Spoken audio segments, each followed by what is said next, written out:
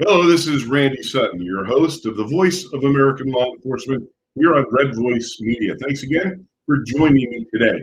On this show, we talk about all things law enforcement, and we talk about the news of the day as well as opinions about everything that's happening in law enforcement. I'm a 34-year police veteran. I'm the founder of the Wounded Blue, the National Assistance and Support Organization for injured and disabled law enforcement officers, and the author of A Cop's Life. Let's talk about, first of all, what I call my view from the blue, where I give you my monologue about things that are happening in law enforcement, basically the state of policing. So let's talk about what I am calling the perils of policing. The job of being a law enforcement officer has always had with it an inherent peril. We all know that there are physical dangers involved with law enforcement. There has been since the first officer put the badge on.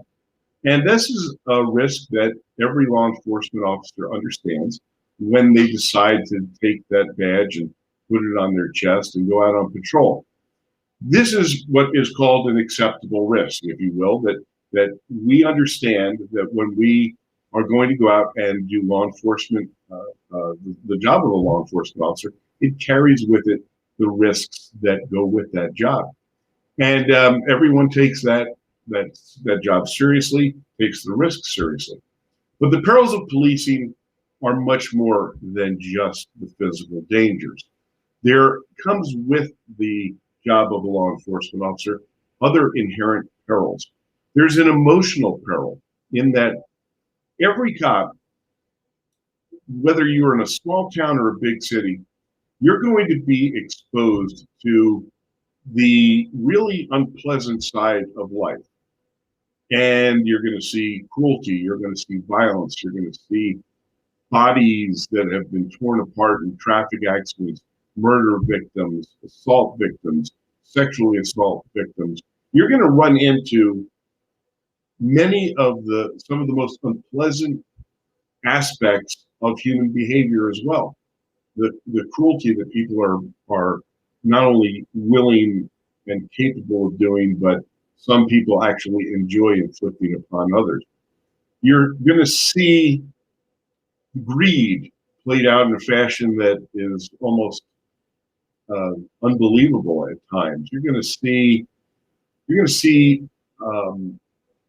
what people are capable of doing to one another on levels that are very difficult to understand. So there comes with it not just the physical peril that we understand, but the emotional peril as well, psychological perils, because you cannot help but be affected by the things that you see. In fact, if you are unaffected by everything that you see over a period of years, sometimes decades in law enforcement, then there's probably something really wrong with you. It's not that you cannot absorb and be affected by it, but it's how you deal with these situations and this mounting amount of human garbage that enters into your psyche. It's how do you develop a manner and a method of dealing with it in a healthy way so that you can survive your career emotionally and psychologically. So you have the physical dangers, which of course is that physical peril, the psychological peril, the emotional peril, and these are all things that these are not new. Since the first police officer started walking the beat, they have been exposed to this. And maybe we're just starting to come to an understanding about how it truly affects your life. But what I have been seeing lately are perils of a different nature, much more insidious perils, and that is the perils of politics. The political machinations that are being played out against law enforcement are something that I never really thought I would ever see in my lifetime. You see politicians of every stripe, and when I say every stripe, I mean whatever political affiliations they have, from the lowest level city council people to the highest levels in the nation, Congress and Senate. And you see these men and women who are in these positions of immense power using law enforcement officers as a foil for their own political agendas, not really caring one bit about the men and women who serve, and in fact, not caring about the people that they serve as far as their own safety goes. And now, more than ever, these perils are taking an immense toll on the psyche of law enforcement officers. You know, like I said, when a cop takes up that badge, they understand that these dangers exist.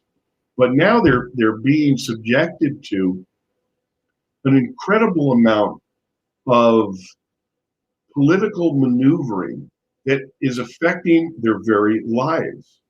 Now, how do I mean that, affecting their lives? Okay, consider this.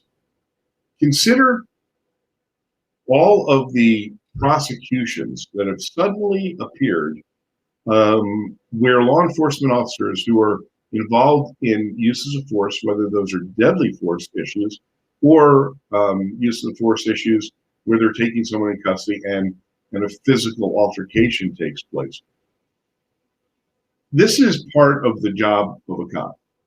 There is no way to sugarcoat this, that there is going to be violence because there are men and women in society who will not only challenge these officers verbally when they are confronted, but they will challenge these officers physically.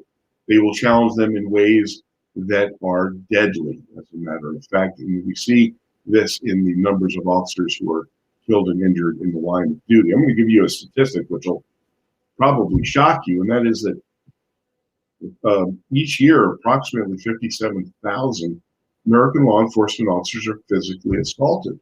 That's an astounding number, especially when you understand that to serve this entire country, there's less than 1 million police officers. And out of that, perhaps a half of them are actually street cops. So that's a major number. These assaults include shootings, stabbings, beatings. Many of these officers become disabled in the line of duty. Many are killed. So these physical dangers are with these officers all the time, and they understand that, but they have a right to protect themselves when they are attacked. And yet, because of the political atmosphere that's taking place, you see major political figures calling for the prosecutions of police officers, even when they are clearly justifiable. So this plays a huge role on what is happening in law enforcement today, and that is that there is a major problem in retaining cops. There is a major problem in recruiting cops, and this is going to lead, and is already leading to, a disastrous role that is happening right now, and that is that there aren't enough officers to do the job in many, many cities. Not only that, but it has become so dangerous politically for police officers to do the job that many are pulling back and not proactively policing. This is the goal of organizations like Black Lives Matter and other organizations who have called for the defunding of the police, the actual dismantling of the police, which is the goal of Black Lives Matter, and they have stated it. There are a number of other organizations that are in the orbit of Black Lives Matter that have supported that philosophy. Now, a couple of years ago, you would have heard this rallying cry: defund the police, dismantle the police, and no one would have taken it seriously because it is not only radical, but it's irrational. And yet somehow you now have politicians embracing those very ideals. So the perils of policing have increased to levels that we've never seen before. And these perils are going to have a profound effect on the safety of the people of America. If we don't actively understand this and change the trajectory of where we are going, my belief is that we're going to suffer a public safety crisis of something we've never seen before. And that is my view from the blue.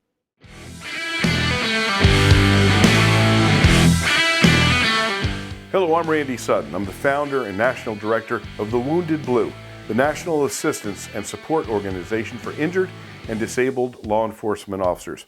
We're a nationwide 501c3 charity that aids injured and disabled officers, whether those injuries are physical, emotional, or psychological. There is a crisis facing American law enforcement in today's society. The war on cops is very real. It's physical, it's emotional, it's social. There are many facets to it. And because of the violence that these men and women are facing every single day, injuries are mounting and mounting. Now, here's something that most people don't know, and that is that if you are injured in the line of duty, if you are severely injured, if you are disabled, your department may actually just toss you aside and throw you away. I know that that is a difficult concept to understand, but it's happening all over America. Imagine being shot in the head, as one Oklahoma officer was, and having your car repossessed, your house repossessed because your own department did not pay your medical bills. This is a reality. That's why our organization exists, to help these injured and disabled officers. I'm going to give you a startling statistic. 57,000 American law enforcement officers were physically assaulted just last year. Many of those assaults led to disabling injuries. These men and women need our help. They need your help. Please join us at thewoundedblue.org. That's thewoundedblue.org. See our film, which is on Amazon.com, called The Wounded Blue. And please do your best to help these men and women. They deserve it.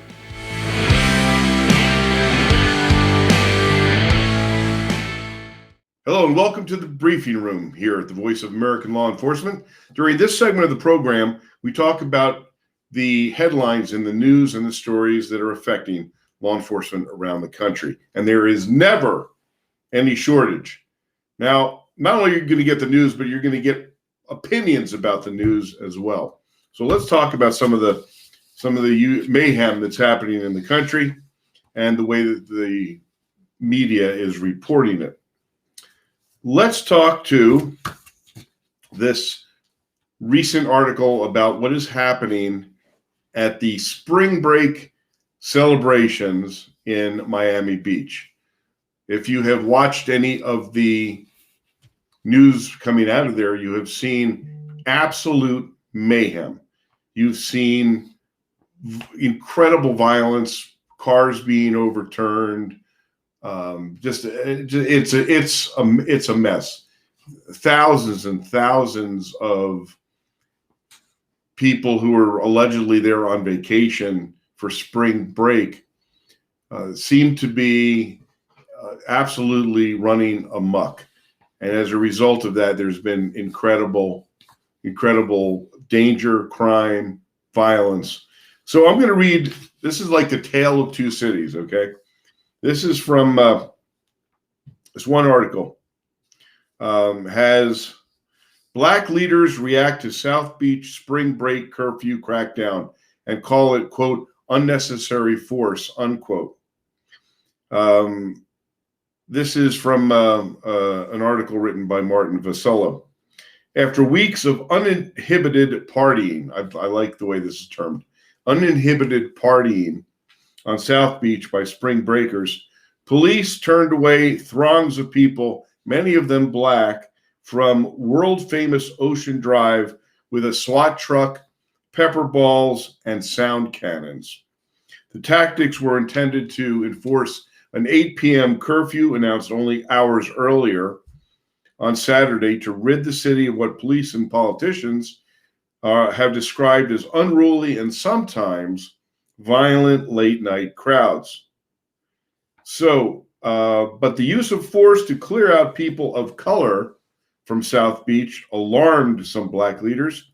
And if Miami Beach has openly recoiled at the behavior of, at times, chaotic crowds filling the city's entertainment district every weekend, some in South Florida are having a similar reaction to the way the city and its police have handled the presence of thousands of people of color.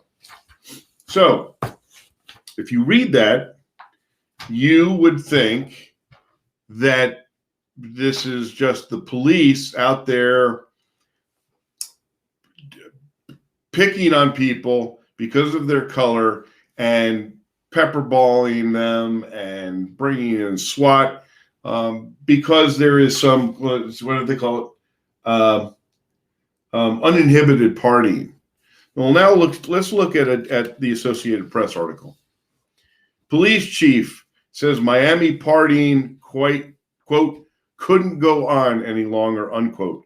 After over 1,000 arrests, Miami Beach officials have imposed a curfew that could extend through the end of spring break.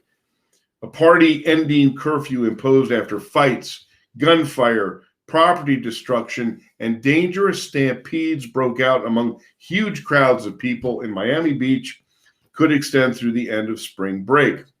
Miami Beach commissioners voted unanimously to empower the city manager to extend the curfew in the South Beach Entertainment District until April 12th, effectively shutting down a spring break hotspot. SWAT teams and law enforcement officers from at least 4 other agencies sought to contain the raucous crowds, but confrontations continued for days before Miami Beach officials enacted the curfew. And let's see, more than 1,000 people have been arrested. 80 guns have been seized.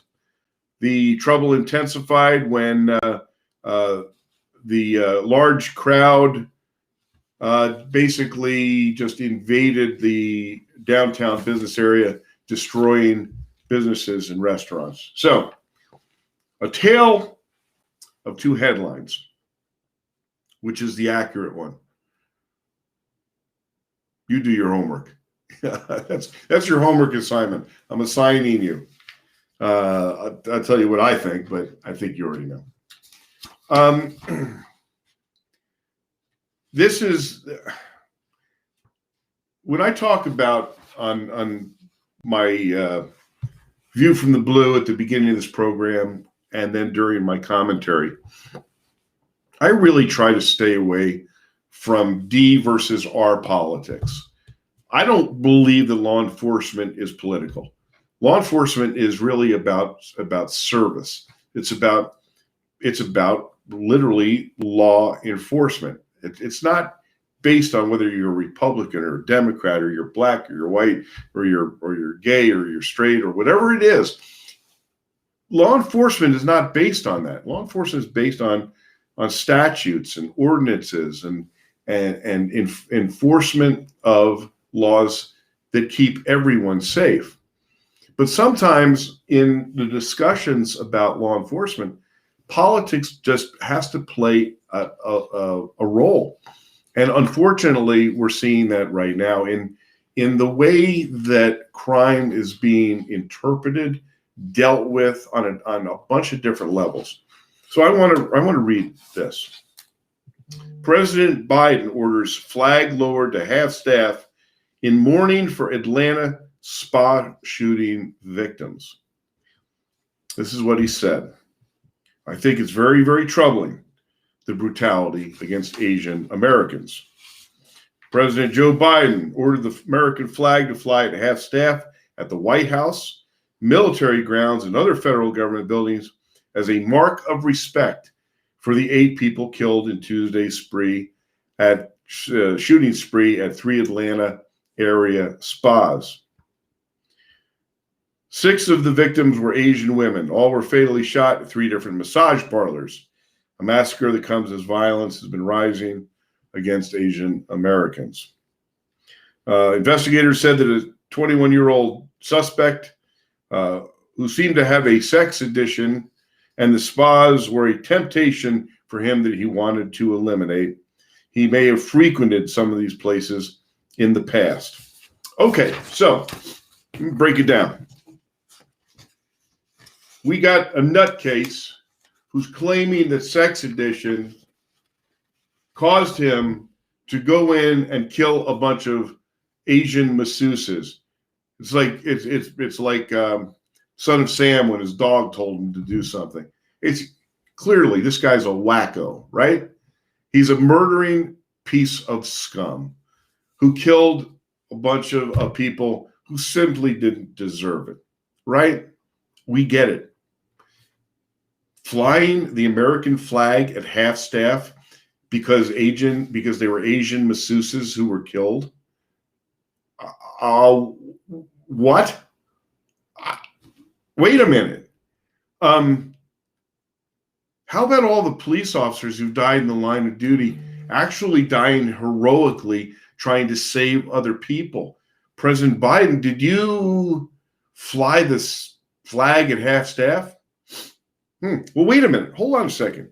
How about the mass murder at the grocery store in Boulder, Colorado, where 10 people were killed, including a police officer who died while trying to protect those people, that by a individual who had been discovered to have anti-American thought processes that were sympathetic to the Middle Eastern terrorist organizations. He killed 10 people. I haven't seen the flag go down in the Capitol and other places because of that. Please explain to me why you would show a symbol of respect that is generally held for heads of state, soldiers who die in battle under certain circumstances, major terrorist attacks where multiple people are killed.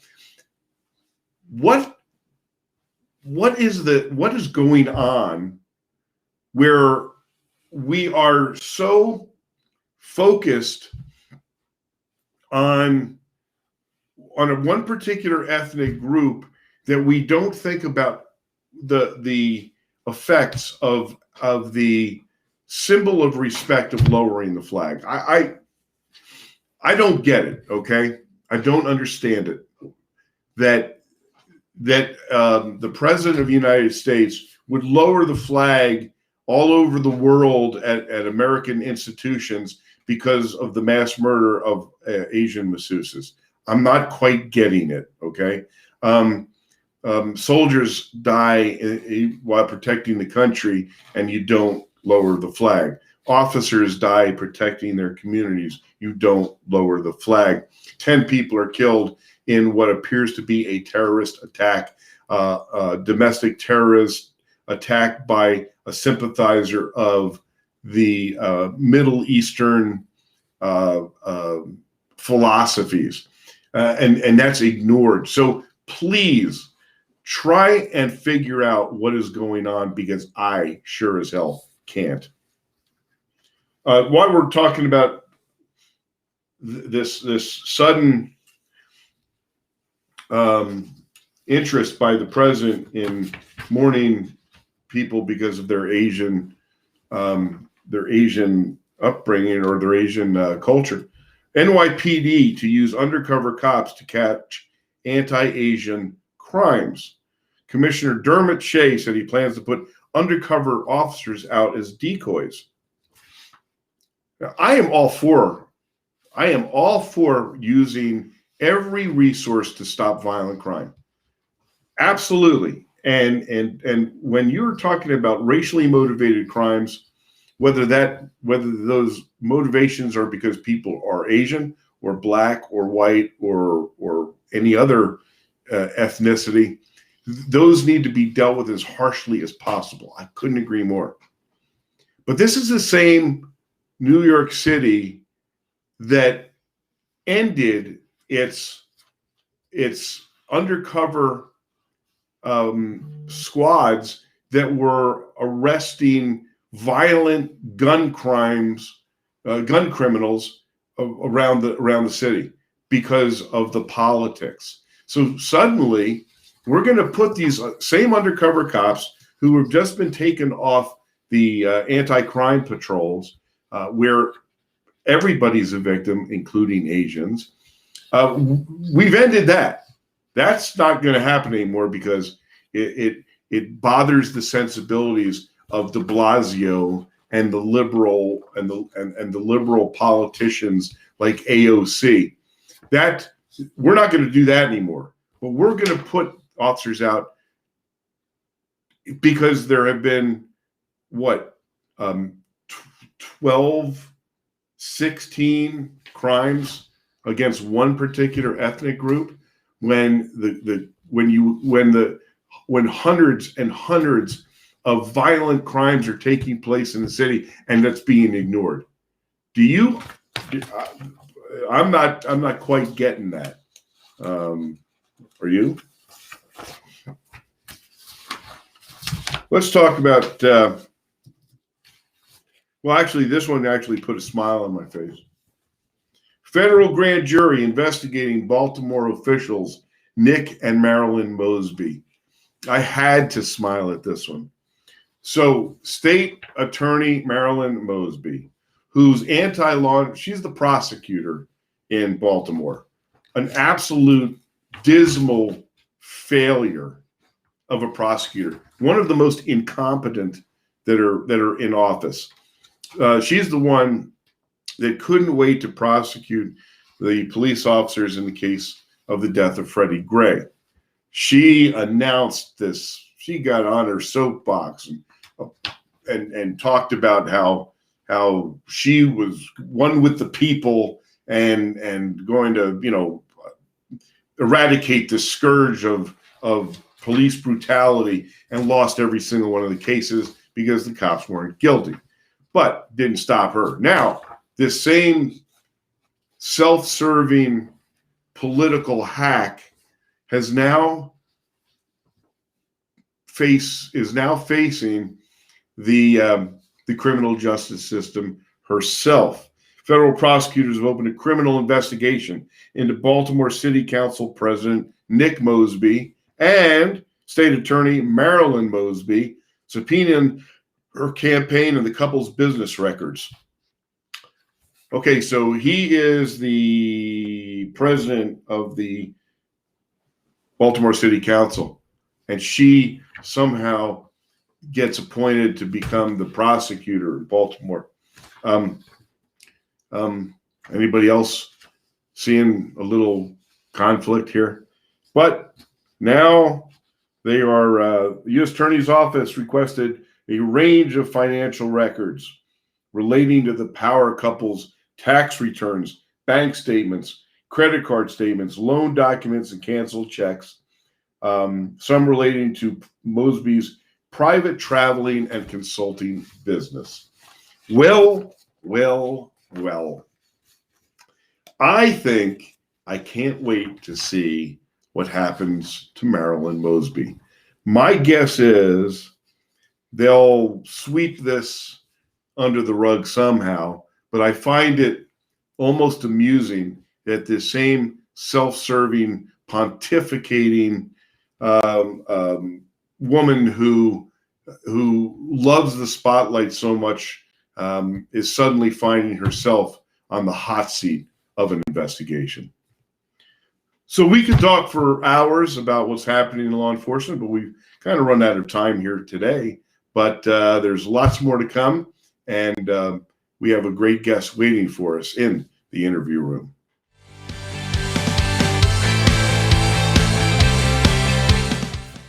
Hello, I'm Randy Sutton, the founder of the Wounded Blue, the national assistance and support organization for injured and disabled law enforcement officers.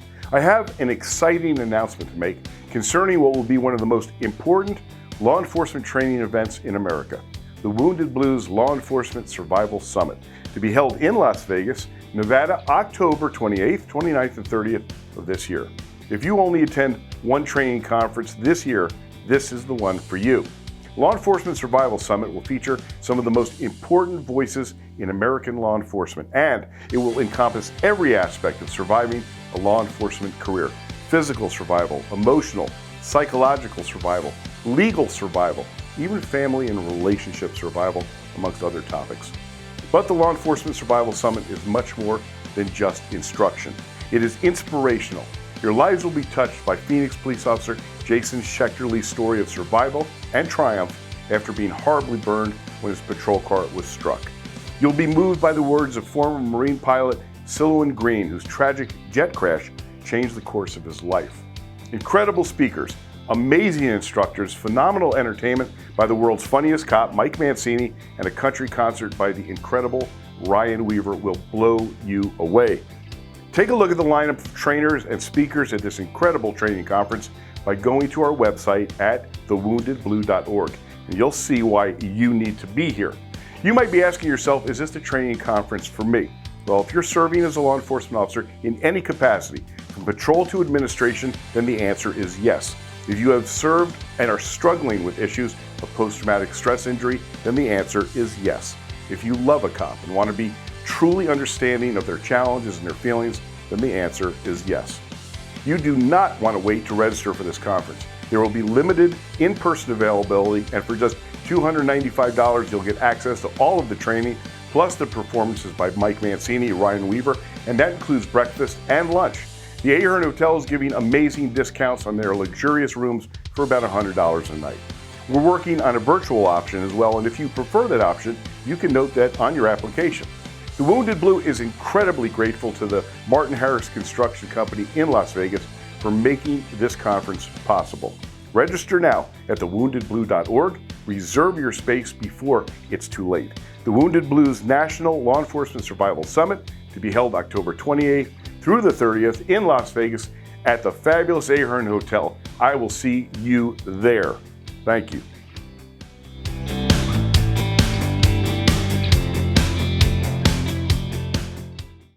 Let's take a walk into the interview room where our guest is waiting, and we're going to talk to him about some really important topics. How you doing? With me today in the interview room of the Voice of American Law Enforcement is Eddie Richardson. Eddie is a retired corporal in a sheriff's department, and I'll let him explain the circumstances of his retirement, but he is most importantly the executive director of the Wounded Blue, the National Assistance and Support Organization for Injured and Disabled Law Enforcement Officers. And for complete disclosure, I am the founder of that organization, but Eddie is running the day-to-day operations, and his important message is something that everyone in the law enforcement community and the people they serve should hear. Eddie, thanks so much for taking the time to join me here at the Voice of American Law Enforcement. Well, thank you for having me, Randy. You know I love coming on here. So let's talk about your past history, your career, and what happened to you as far as the injuries that you received that led you to where you are today. Oh, it's kind of a sordid story there, and I'll try and be as brief-ish as possible. To make it short, I was a trooper here in South Carolina for 5 years, and I switched over to the sheriff's department because I got bored with working traffic collisions. And while I was with the sheriff's department, I achieved the rank of corporal, was a shift supervisor. When the call came in, it was August 1st of 2016.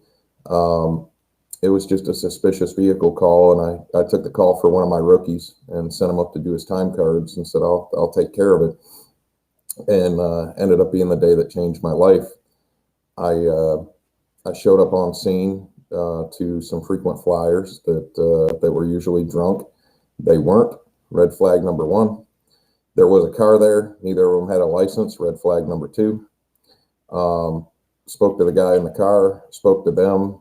They had said they just didn't want them there. When I stepped back from their home in the middle of their 2-acre lot and went to go approach the vehicle, and all I was going to do was ask the gentleman to leave, he he waited until I was far enough away from my vehicle and far enough away from their house to tromp the gas on the vehicle, and ran me down in the middle of the yard, hit me at about 22 miles an hour.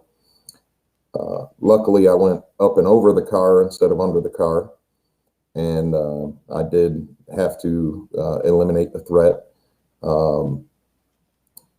But the tough part was what came after. It wasn't so much having to shoot him. It wasn't so much the physical injuries. It was, I woke up 2 days later and my torso moved, but my legs did not. I had to learn how to walk again. Had to learn how to use the bathroom again.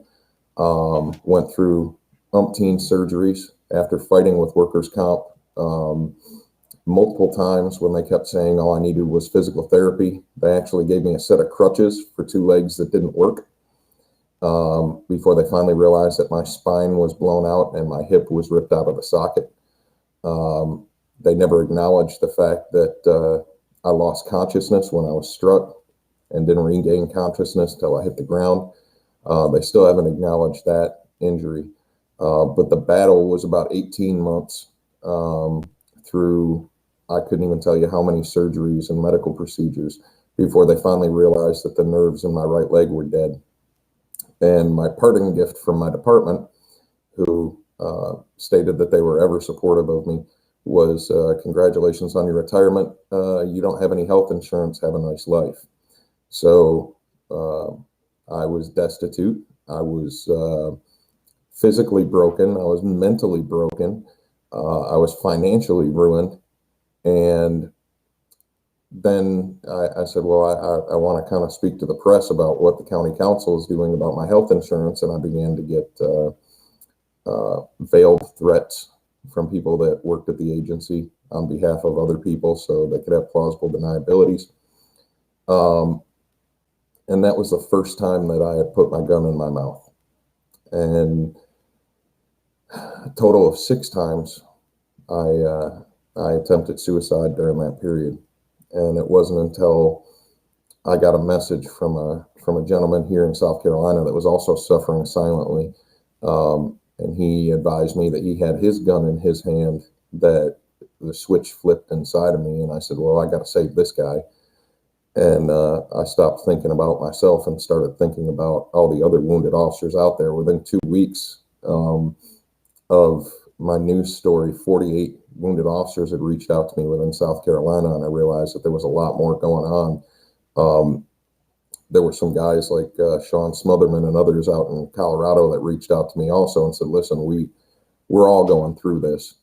Almost 6 months to the day after the last time I attempted suicide, I was walking legislation onto the floor of the House and the Senate in D.C. with Heidi Paulson and her husband Ladd out of Montana. And that's when I ended up catching your eye, I guess, and you realized I was out there doing some stuff and asked me to come join your organization, which kind of opened up a whole new path for me. What you experienced, both your physical injuries and the way that you were treated by your agency after those debilitating injuries, had a profound effect on your life. How many officers do you think are going through these struggles from your experience now that you have been involved in this work for several years now? Well, it's kind of a question that needs to be qualified, because my opinion would definitely differ from the vast majority of others, in the sense that I believe that every single officer, whether acknowledged or not, is dealing with it in some form or fashion. We have 4 vices as cops, right? Our big 4. They're drinking, they're drugs, they're philandering, and they're gambling. Most cops, have checkered past when it comes to spouses, have checkered drinking histories, checkered drug histories, you name it. And I firmly believe that a lot of that is their way of dealing with the stress that they don't know how to deal with on their own. For example, let's talk. First of all, let's talk about physical injuries. Okay. We know that last year, approximately 57,000 officers were physically assaulted in the line of duty. Many of those assaults were with weapons, and that covers everything, including those who were killed in the line of duty. But besides those who were killed in the line of duty, how many thousands do you think suffered debilitating injuries? Oh, it's an unbelievable amount. Of those 57,000, there's probably several thousand of them that were never able to return to work. And what they put whenever it happens is they say it's non-life threatening injuries, and everybody goes, "Whew, wow, that's great. I'm glad they lived." But the problem is there's no follow-up as to how debilitating those injuries were. I mean, you're talking everything from having to get their pelvis reconstructed from a blunt force object strike to TBIs where they can't feed themselves. And it's got to range in the several thousands every single year that happens to. And that's of the ones that report it. And I think we need to be clear in the fact that not all injuries are even close to reported at this point. Right. And definitely not the severity of those injuries are reported. So I want to talk about the scope of this problem, because most people in America are really unaware of it. So you have the number of officers who are being shot or stabbed or beaten or run over. But then there's a myriad of other ways where officers can become physically injured, disabled as well. Let's go over a couple of those factors as well. Well, I mean, you look at, I had a friend here who ended up having to end his career because he had to climb a 4-foot fence behind somebody's house. Doesn't sound like a lot. And he went over the other side and promptly went into about a 3-foot hole and completely shattered his ankle and his foot.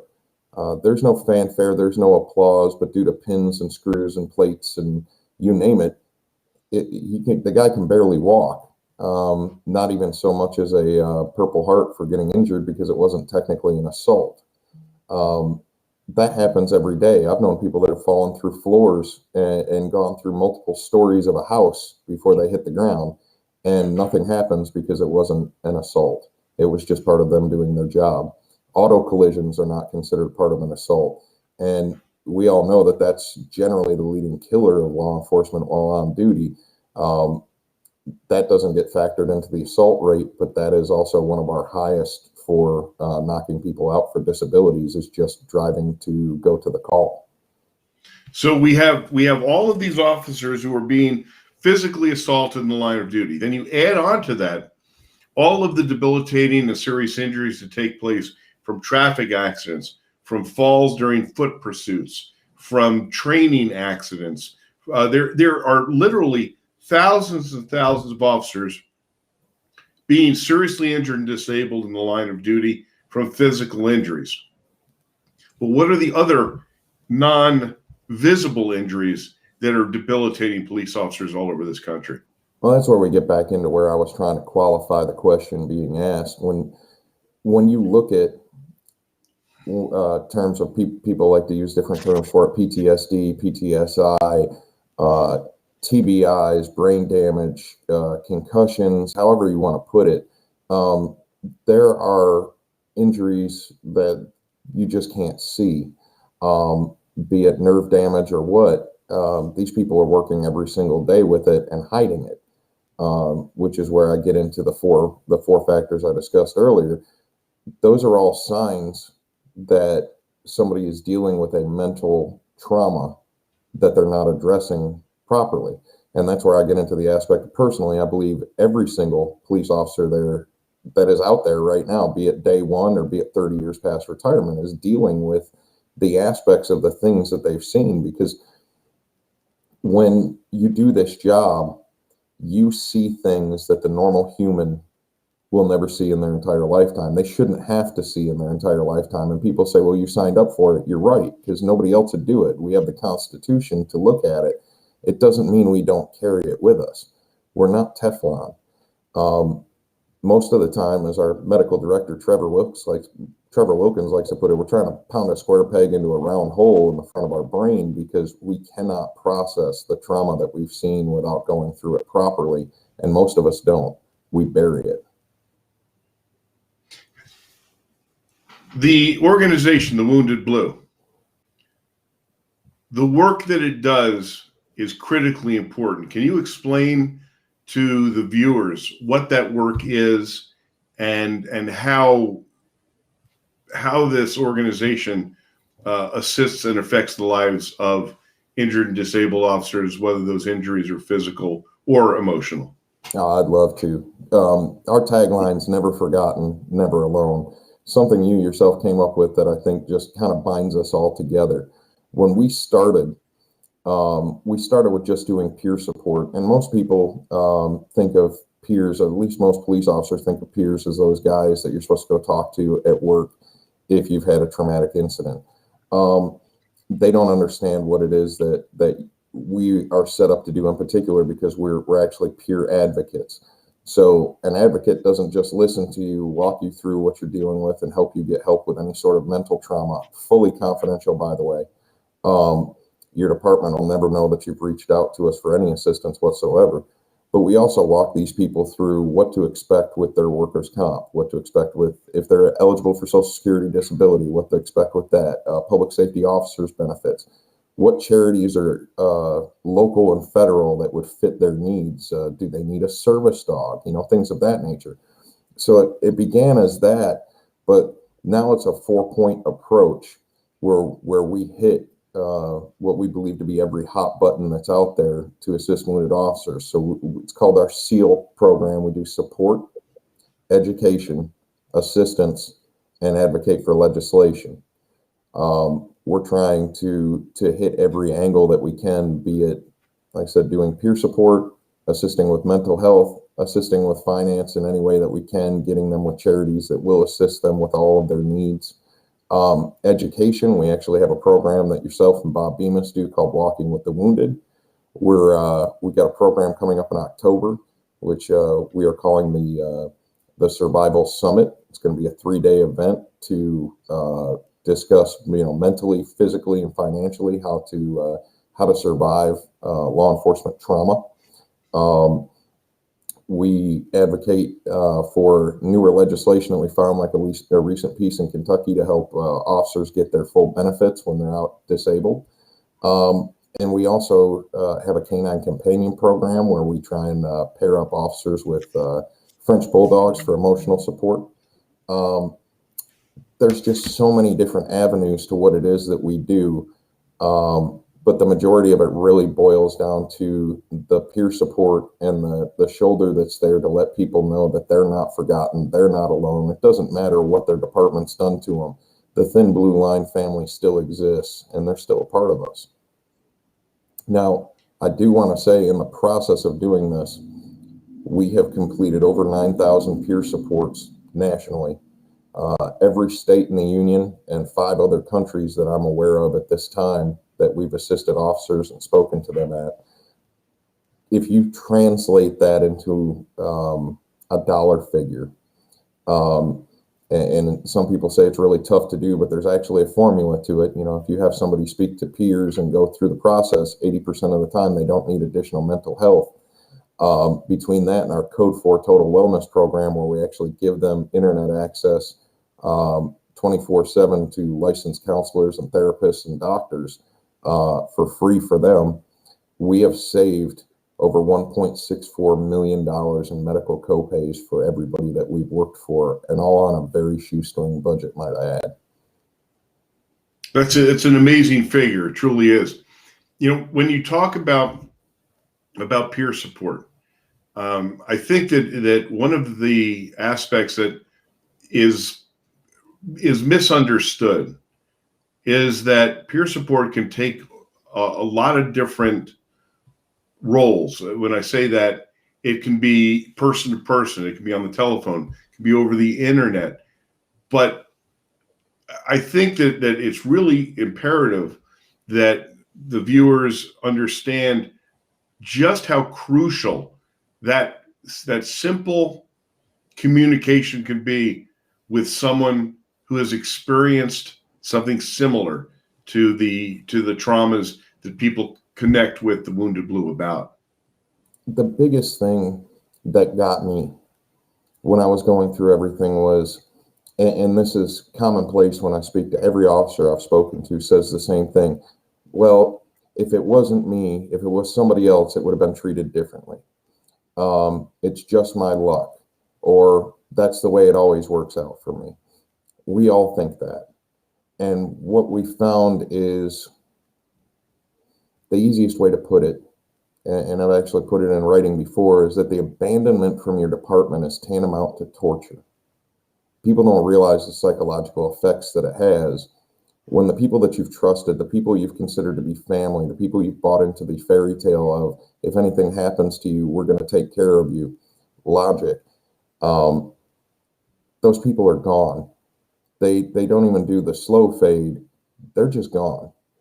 And when you're left with a small handful of people that are still in your circle, that in some cases are even being told not to speak to you by your own agency, it destroys you on a level that's indescribable. Just having that person reach out and say, listen, I've gone through what you've gone through. I know what you're dealing with. I may not have gone through what you went through, but I can empathize with it. Let me jump down into that hole and show you the way out, because I've been there. It's life-changing. It's life-altering. Just having one person do that to me changed my entire outlook for the rest of my life. And we hear it every time we make that phone call, every time we get somebody that reaches out and we say that to them, that they're not alone anymore. It's like the weight has been lifted off of them and they feel like they can continue to go on. They can start putting one foot in front of the other, and it's all beginning that healing process. So beginning the grieving process and starting to heal from what they've been through. I think one of the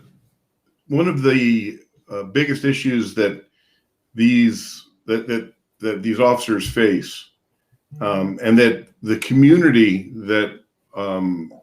that we serve, as far as the citizens, it's very difficult for them to grasp that if a police officer gets seriously injured or disabled, that they can be abandoned by their agency. Explain how this is actually factual and not something that is being,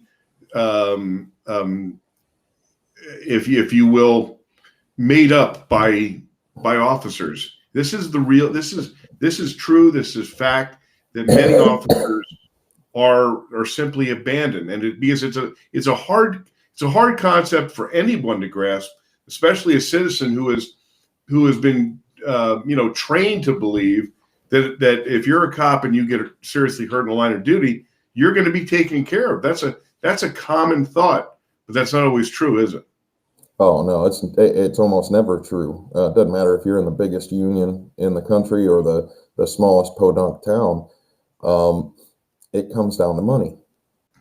See, there's a big money game that's involved with this, and I've actually pointedly asked chiefs of police this, both in public and private forum. What's the dollar figure? Give me the dollar figure that says, okay, you've gone from asset to liability. And they can't put a dollar figure on it, but they know it when they see it. It all comes down to what's going to cost us the least amount of money, what's going to hurt our budget the least. Do we cut ties with them, or do we continue to work with them? And almost always it's cut ties with them, because it's easier to stroke a check and walk away than it is to actually have to deal with the trauma of dealing with that officer as they're working through things. So the first thing they do is try and distance themselves for financial reasons. The second thing they try and do is distance themselves for liability reasons. So they're gonna be looking at, was any sort of policy violated whatsoever, anything that we can get ourselves out from underneath this. It's a risk management pool situation, almost like an insurance carrier at that time. Then they're going to send you to the lowest bidder doc in a box that they have on contract, who's instantly going to say, yeah, you're fine. Here's some physical therapy. Have a nice life. Oh, we don't care that your arm's hanging off. There's some duct tape with that. Quit being a wuss. Either go back to work or you can't hack it. And then it turns into character assassination if you speak up. So it's this multi-layered facet that all comes down to how much is it going to cost the agency or the county or the state or the city or the town, and you're not worth it as a cop. That dollar figure is hanging over your head. You just don't realize what the number is, and they're not going to tell you until you hit that point, and then you're a liability.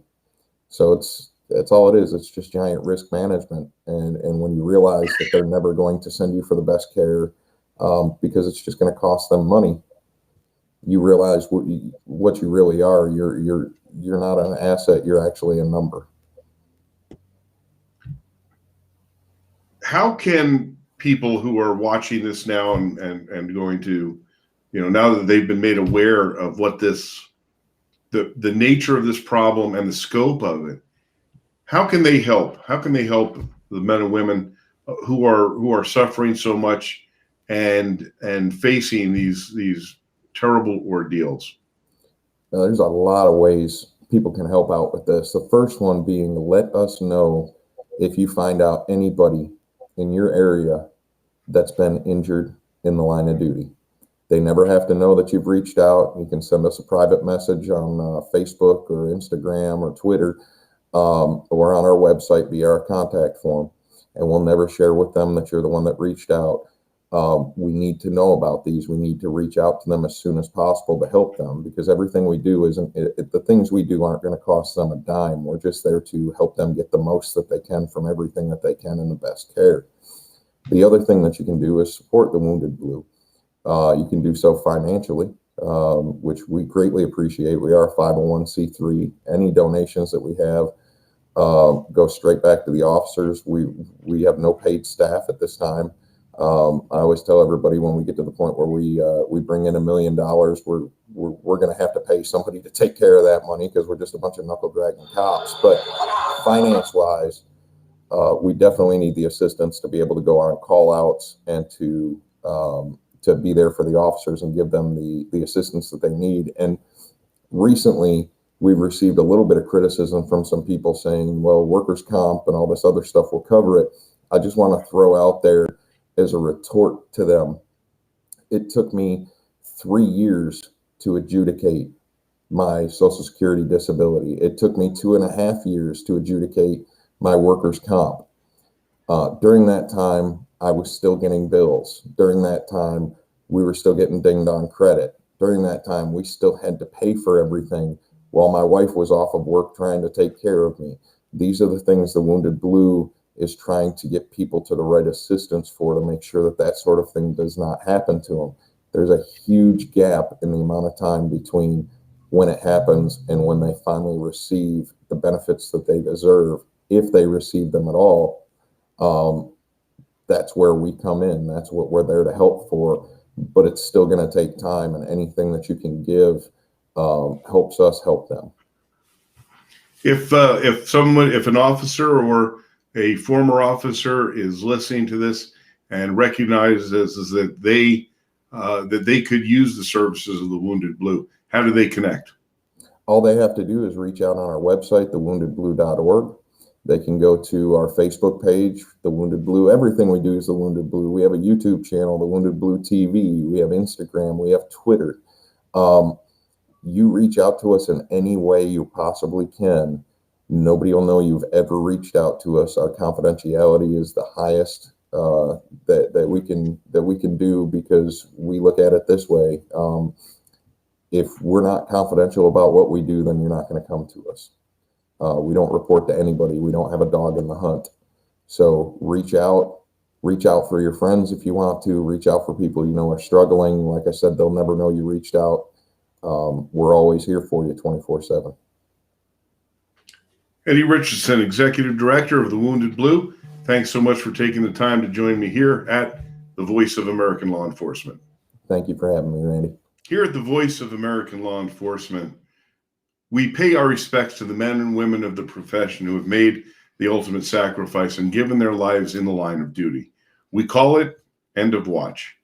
I have one name to read this week, but I'm going to go a little more into detail with the death of this officer, this heroic officer, as the circumstances surrounding it are something that every American has probably heard about by now.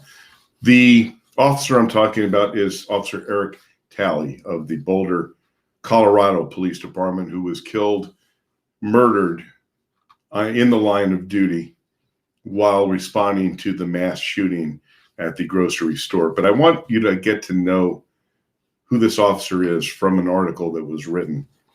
The article was written by Bill Chappell. Heartache and remembrances are pouring out for Boulder City police officer Eric Talley, who was killed along with 9 other people in a mass shooting Monday at a grocery store in Boulder, Colorado. More details about the others who died at the King Soopers supermarket are expected to emerge on Tuesday after police have had time to notify the family and loved ones. But Officer Talley, 51, is being mourned as a brave officer, as well as a husband, a brother, and a father to 7 children. Officer Talley's sister wrote, "Officer Eric Talley is my big brother. He died today in the Boulder shooting. My heart is broken. Cannot explain how beautiful he was and what a devastating loss this is to so many. Fly high, my sweet brother. You always wanted to be a pilot. Soar." Boulder Police Chief Maris Harold praised Talley as she discussed his death and the terrible carnage at the grocery store. She said the heroic action of this officer when he responded to the scene, saying he rushed to help when reports came in that someone armed with a, quote, patrol rifle, unquote, had opened fire at a large grocery store. Talley responded to the scene, was the first on the scene, and he was fatally shot. She added, "I'm grateful for the police officers that responded, and I'm so sorry about the loss of Officer Talley. He had been with the Boulder Police Department since 2010. He had 7 children, according to his family." You know, when we think about and we mourn the deaths of these officers on this show, as well as in other venues, when you hear that a police officer was killed in the line of duty, it's just a name, unless you were personally acquainted or related. And I think that that is something that on this program and in other methods of reaching readers and viewers, I think we need to do a better job letting people know who this individual was as a human being and a person. They weren't just a cop.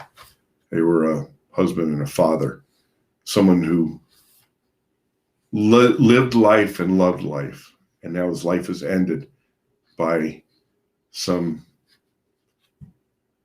criminal piece of garbage. Eric Talley, Boulder Police Department.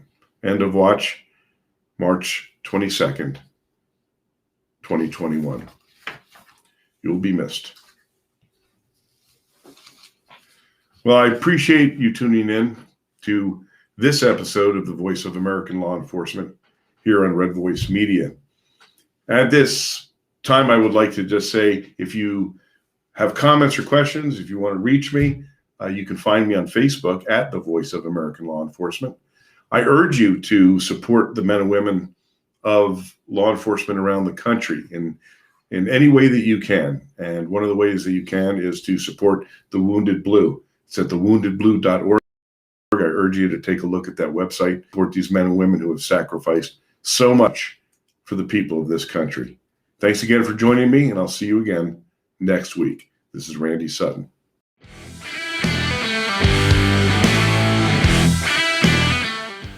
Hello, this is Randy Sutton, the founder of the Wounded Blue, with some exciting news about our major event of the season, the Brothers in Blue Bash. We've had to postpone it a couple of times because of the COVID mess, but we now have a firm date of October 30th, 2021. The Brothers in Blue Bash will be the largest celebration of law enforcement unity and pride in America. And it's to benefit for the Wounded Blue, the national assistance and support organization for injured and disabled law enforcement officers. Admit it, everybody's looking for a reason to come to Las Vegas, and now you have it.